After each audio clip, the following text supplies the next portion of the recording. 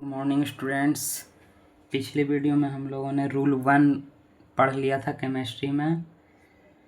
आज हम लोग रूल 2 पढ़ेंगे। रूल 2 में आप लोग को कह रहा है law of definite proportion, Hindi में स्थिर अनुपात का नियम। पिछली वीडियो में हम लोगों ने रासायनिक संयोजन के नियम या जिसको आप लोग लॉ ऑफ केमिकल कॉम्बिनेशन कहते हैं, रूल फर्स्ट हम लोगों ने अच्छी तरह से समझ लिया था। Law of conservation of mass. आशा करता हूँ कि पिछली वीडियो में मेरा कुछ समझ में आया होगा नोट्स। आज हम लोग सेकंड वीडियो में पढ़ेंगे सेकंड रूल, जो आप लोग के सामने रूल है, rule 2 law of definite proportional. ये लॉ ऑफ डिफिनिट प्रोपोर्शनल होता क्या है? तो नोट्स में कह रहा, for the first time a scientist name Joseph Proust propounded the law of constant proportion in 1799, which is called the law of constant proportional। आइए इसको हम लोग हिंदी में जानते हैं।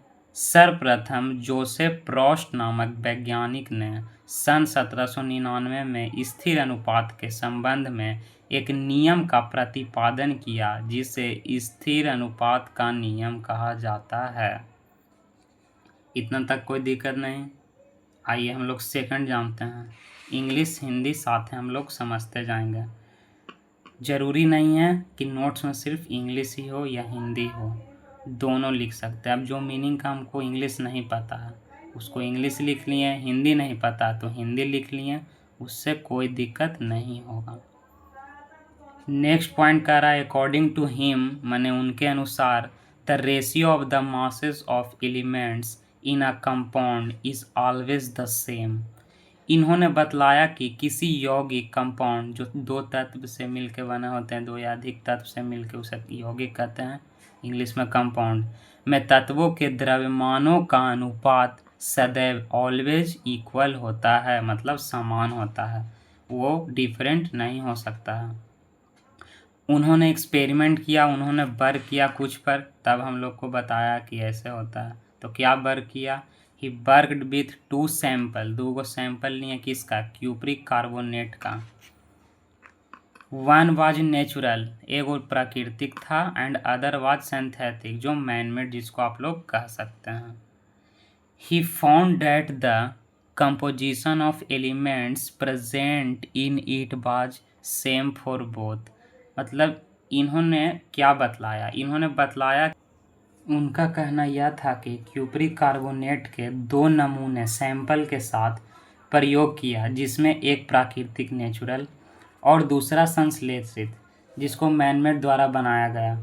उन्होंने पाया कि दोनों में तत्वों का संगठन समान था, मतलब इसमें कोई डिफरेंट नहीं था, इक्वल, दोनों में सैंपल इक्वल, जबकि उन्होंने अलग अलग नमूना लिया था। जैसे कि हम लोग चार्ट के माध्यम से समझेंगे। यह नोट्स आपको फुल्ली तरह क्लियर है। जो एग्ज़ाम में अगर आता है तो आप लोग इस प्रकार लिखेंगे तो नंबर आप लोग को अच्छा खासा मिलेगा, क्योंकि वहाँ पर टीचर आपका स्किल देखता, ना है कि कितना रट्टा मारे हैं, उससे उसको मतलब नहीं है। वहाँ पर चेक होता है क्या चीज़? बच्चा का नॉलेज, कि अपने से बना के लिख सकता कि नहीं। ज़रूरी नहीं है कि सारा क्वेश्चन हम लोग को याद ही हो सकता है। तो अगर फिगर बनाते हैं या चार्ट बनाते हैं, ज़रूरी नहीं कि लिखें, आप चार्ट के माध्यम से भी वो चीज़ समझा सकते हैं, फिगर के माध्यम से भी समझा सकते हैं। तो चार्ट में कह रहा क्या चीज़? एक नेचुरल सैंपल लिया उन्होंने, एक सिंथेटिक लिया। अब चूँकि क्यूप्रिक कार्बोनेट है तो उसमें कॉपर की मात्रा होगा, कार्बन की मात्रा होगा, और ऑक्सीजन ऑक्साइड बनाया तो उसका मात्रा होगा। तो उन्होंने देखा कि नेचुरल में कॉपर का परसेंटेज 51.35% है, और सिंथेटिक में भी देखा उन्होंने कि इतना ही है। फिर कार्बन का परसेंटेज देखा कि दोनों में समान ही है, 9.74। फिर उन्होंने ऑक्सीजन में भी देखा तो सारा चीज़ इक्वल हो गया। तो फिर उन्होंने कहा कि दोनों तत्वों का संगठन एक ही है, इसमें कोई भी डिफरेंट नहीं है। तब उन्होंने एक चीज़ और इसे नाम दिया, जिसे आप लोग कहते हैं लॉ ऑफ डिफिनिट कंपोजिशन, मतलब हिंदी में इसे कभी कभी निश्चित संगठन का नियम भी कहा जाता है। जैसा कि हम लोग एग्जाम्पल के माध्यम से अच्छी तरह समझेंगे। एग्जाम्पल देने का मेन पर्पस होता है कि बच्चा कुछ समझे, या बायोलॉजी में भी हम लोग पढ़ते हैं तो उसमें डायग्राम से समझ में आता है। अगर डायग्राम याद है तो पॉइंट हम लोग खुद बना लेंगे, या एग्जाम्पल। अब फिगर ही नहीं याद है या एग्जाम्पल ही नहीं याद है तो कितना हम लोग लिख पाएंगे।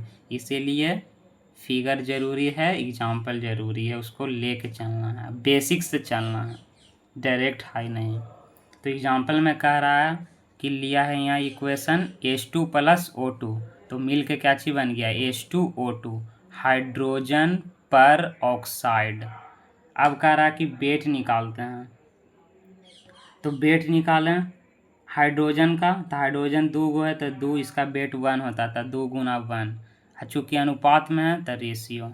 O2 का निकालें, O2 ऑक्सीजन 8 पर, उसका वेट हो गया 16। अगर इवन है तो 2 से गुना, ऑड रहेगा तो 2 से गुना 1 जोड़ना है। ये हम लोग मोलिक्यूलर वेट में पढ़ चुके हैं क्लास 10 या 11th में।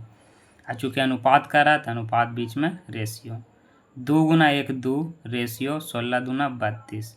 अब 2 से काटेंगे तो 1, रेशियो 16 के रूप में आ गया हम लोग का। अब यहाँ पर देखते हैं, फिर से लिए H2 + O2, तो यहाँ पर H2O बना, मतलब जल। इसका भी वेट निकालें तो 2 रेशियो 16, 2 से कट गया, 1 रेशियो 8 के रूप। इसमें मेन रूप से हम लोग को यही जानना था कि इन वैज्ञानिक द्वारा क्या चीज़ रूल में कहा गया था। तो जैसे कि मैंने ये चार्ट बना दिया, ये चार्ट मोस्ट इम्पॉर्टेंट है, इसे याद रखिएगा, पॉइंट भी इम्पोर्टेंट है। तो इन्होंने कहा क्या चीज़, इन्होंने बतलाया कि किसी भी यौगिक हो, कोई भी यौगिक हो, उसमें तत्वों के द्रव्यमानों का अनुपात सदैव समान होता है। मेन यही कारण था। कौन वैज्ञानिक थे? जोसेफ प्रोस्ट। तो ये ऑब्जेक्टिव में पूछा जा सकता है। तो हम लोग रूल 3 नेक्स्ट वीडियो में पढ़ेंगे। जैसा कि मेरा सारा वीडियो में आप लोग का टेम्पलेट मिल जाएगा। ज़्यादा से ज़्यादा इस वीडियो को देखें, क्योंकि सिलेबस अभी बहुत जगह पढ़ाई नहीं हुआ है, बहुत जगह छूट गया है। बच्चा को नहीं समझ में आया तो वीडियो देखें, ज़्यादा से ज़्यादा वीडियो देखें, अपने दोस्तों को भी भेजें। तब ऐसे ही मैं वीडियो निकालता रहूँगा। See my video and mode subscribe. तब तक के लिए थैंक यू।